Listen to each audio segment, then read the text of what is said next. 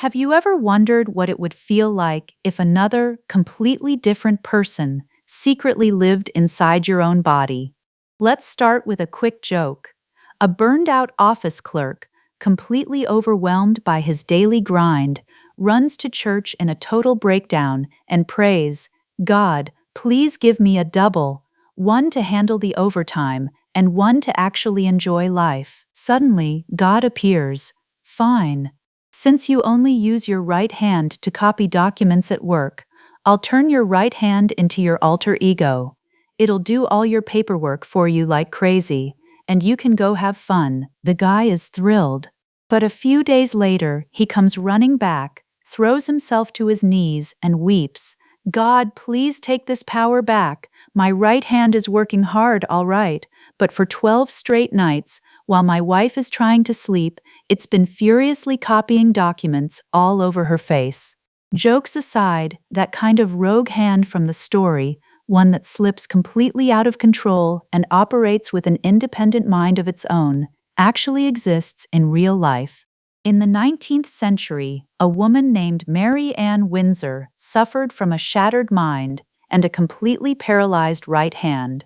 But here is the eerie part.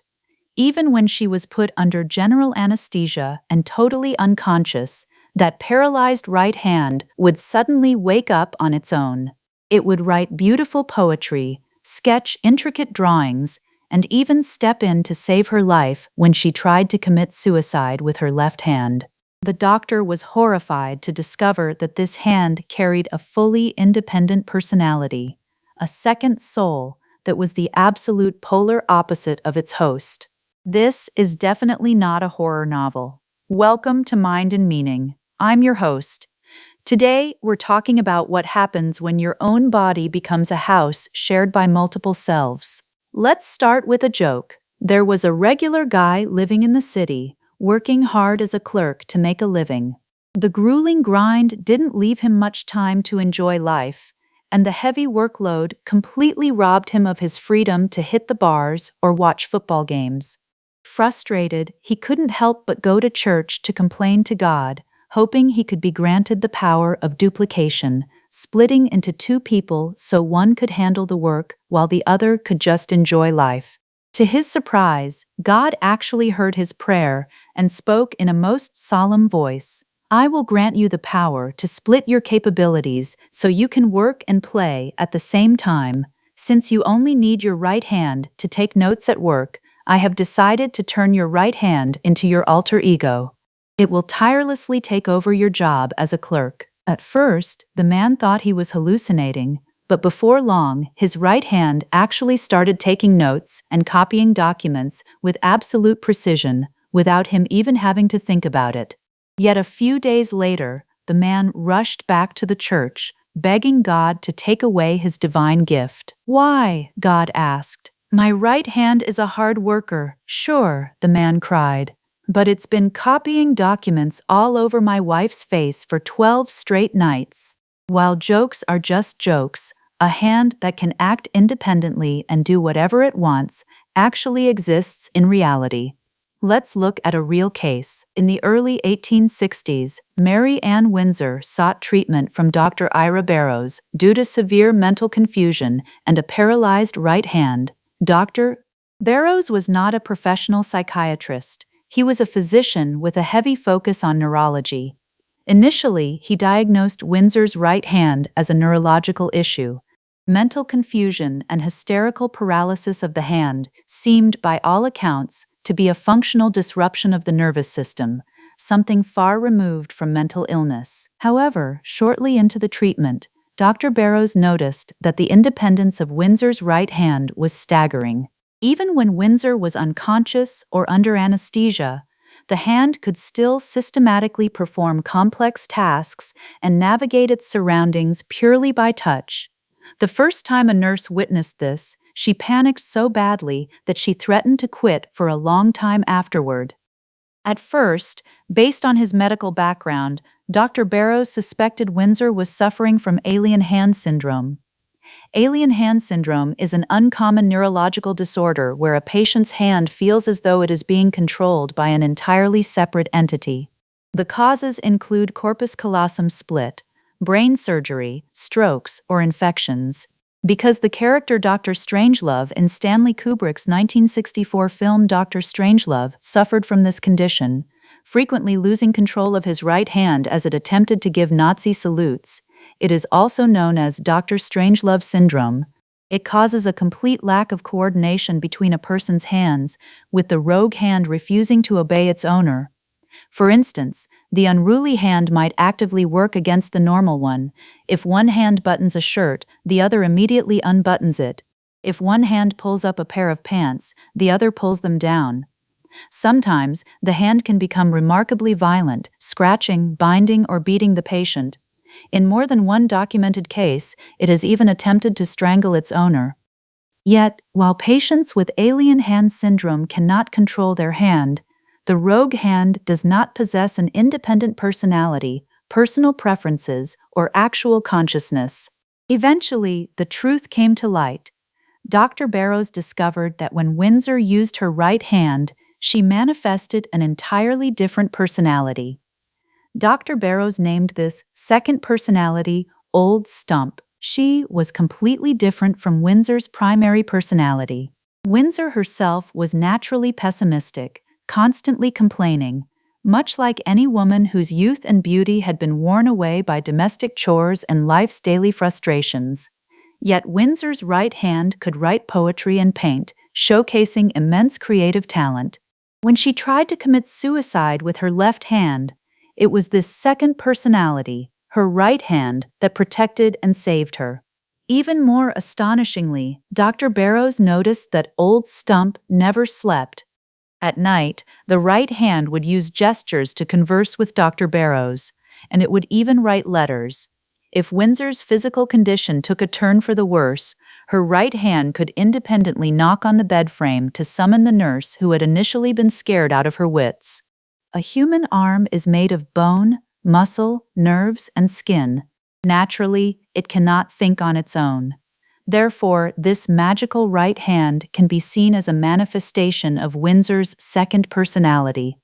It was still controlled by the brain, specifically the part of the brain hosting Windsor's alternate personality. This second personality is a classic symptom of what is known as split personality or dissociative identity disorder, DID. First, we need to clarify one thing. Split personality and schizophrenia are fundamentally different. They are entirely different illnesses.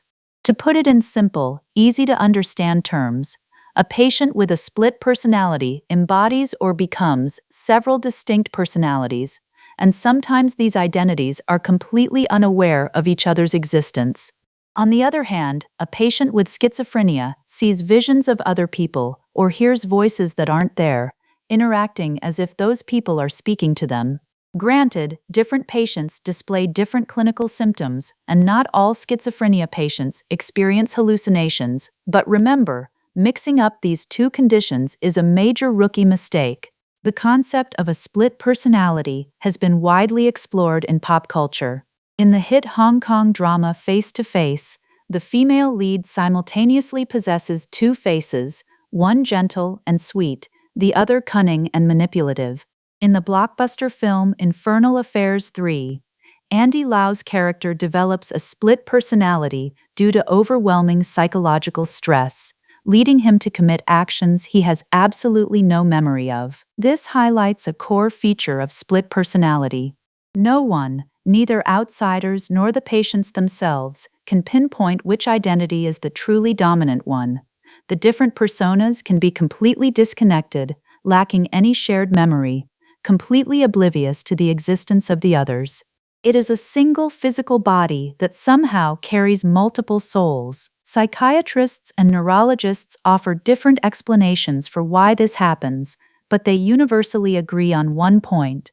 The breakdown and splitting of personality stems from the awakening of the unconscious. As mentioned before, the unconscious is an active psychological process, not a state of thinking about nothing. On one hand, it holds hidden thoughts that are temporarily locked away from our awareness, but function just like normal conscious activity.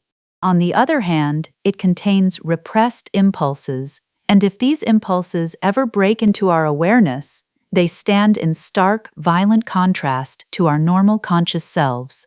Simply put, if the unknown unconscious buried deep in your heart wakes up one day, you will find it is completely different from the self you thought you knew. The awakening of the unconscious can be triggered by many things, including brain trauma or illness.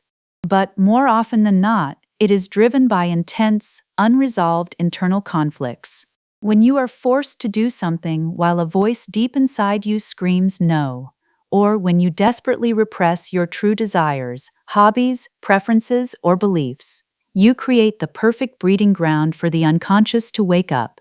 In most recorded cases of split personality, patients develop secondary identities because of the intense friction and warfare among their own internal thoughts. These personas fight for dominance, and when it reaches this point, psychologists often find that the unconscious has become conscious. One person has become two, and psychologists have no moral right or practical way to kill off any of them.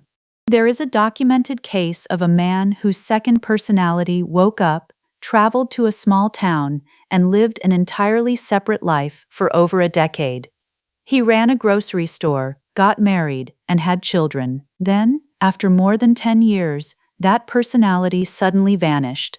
He woke up completely forgetting everything that had happened during those years, stubbornly insisting that the current calendar must be a misprint. Therefore, the best way to keep your unconscious resting quietly is to patiently resolve your psychological conflicts instead of burying or escalating them. Only someone who lives authentically can prevent their mind from cracking open and breeding dark shadows. Think of the classic anime Lulu, the Flower Angel, where the main character possesses a magical flower key. With this key, Lulu can change into various beautiful outfits. But the truly magical part is that when she puts on a sailor suit, she instantly knows how to swim, and when she wears a chef's uniform, she suddenly possesses incredible culinary skills. While a fairy tale character like Lulu is enviable, what does this look like when it happens in real life? In reality, there actually are people who can switch from a sailor to a chef in the blink of an eye, or suddenly speak a foreign language they never learned. Don't mistake this for a supernatural or paranormal event. It is simply a manifestation of dissociative identity disorder. There was a famous trial in the United States where William Milligan, accused of robbery and rape, was ultimately found not guilty by reason of insanity. Backed by the testimony of 4 psychiatrists and 5 psychologists, the court ruled he could not be held responsible for his actions because he suffered from multiple personality disorder. Milligan later underwent intensive psychological treatment. The highly acclaimed book, The Minds of Billy Milligan, was written based on his true story. It is a biographical work combining the patient's own accounts with psychological analysis, and its first-hand data is a treasure trove for the psychological community, offering invaluable insights into human personality and mental health. The protagonist of the book is commonly referred to as Billy, but that name isn't entirely accurate, as Billy was merely one of his 24 distinct personalities. Among these 24 identities, there was a raging, violent brute, a perfectly polite and refined scholar, an individual who taught himself physics, chemistry, and medicine while speaking fluent Arabic, and another who possessed incredible artistic talent, displaying deep skill in oil painting and sketching. 1 minute mastering physics and Arabic, the next transforming into a gifted artist. Doesn't that sound just as versatile as the Flower Angel? Unfortunately, the reality for this patient was anything but a fairy tale. One of his alternate personalities committed horrific crimes. Even though he escaped legal punishment, his future, or rather their future, remained entirely bleak. Looking closely into the roots of his disorder as detailed in the book, the cause of his severe split personality wasn't mysterious at all.